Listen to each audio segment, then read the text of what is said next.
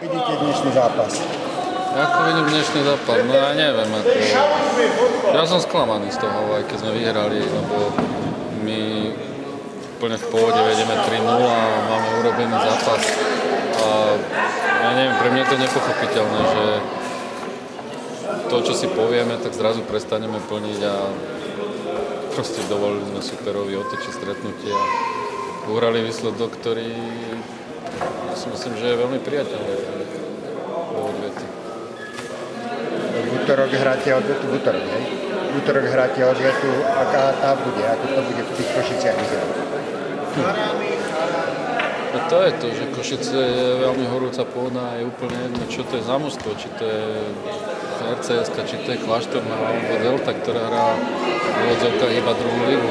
Takže ja som chcel a veril som tomu, že si vybudujeme trošku lepší náskok a dostať 4 góly doma trošku veľa na to.